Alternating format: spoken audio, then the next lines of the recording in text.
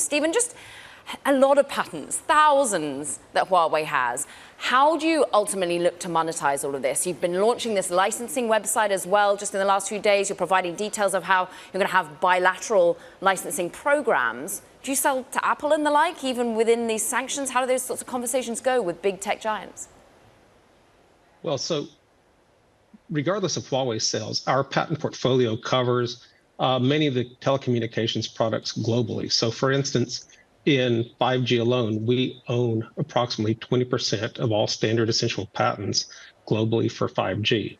So where our competitors or other market entrants are using 5G technology, they would need to pay for a license from Huawei.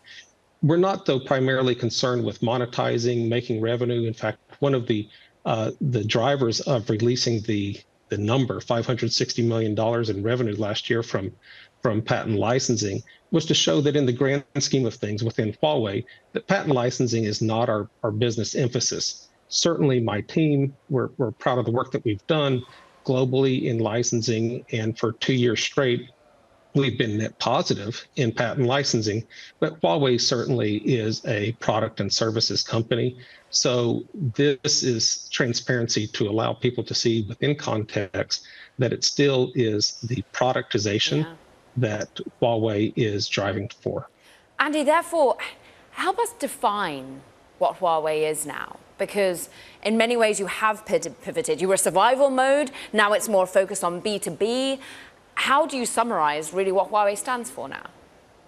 Well, we are now at a new normal phase of the evolution of this company. The context is there's technologies converging, 5G, software, cloud, sensor technologies, artificial intelligence, all these things are converging. So our strategy with an incredible investment in R&D, we now have 114,000 people in R&D out of our $208,000 employee mixture. So we've been adjusting our portfolios to bring value to the network carriers, the enterprises, to the consumers, embracing the key trends of digitalization, intelligence, and carbon neutrality, helping to reduce the carbon footprint. So we are a company about connecting the world, about bringing technology to every home, every company, every organization.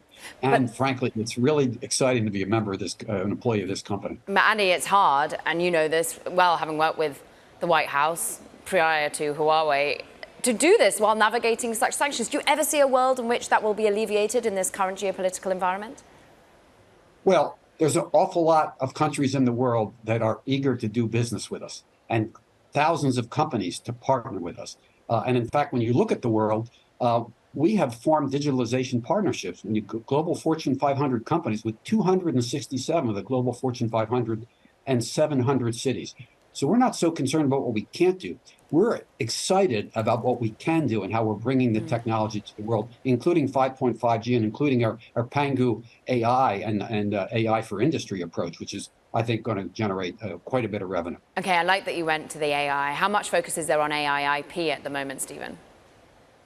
Well, I'll defer to Andy on the AI.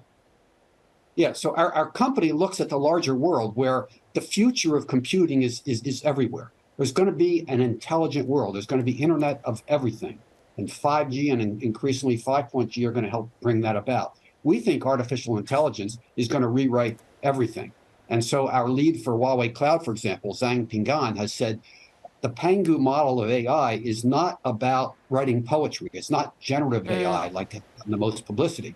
And these models, the Pangu model empowers every industry with, in effect, an intelligent assistant to make them more productive, more efficient in a real learning environment. Frankly, when we look at the future, we believe, Ken Hu, our vice chairman, has said that when you look at AI generally, 98% of AI will be industry and some agriculture, and only 2% will be consumer.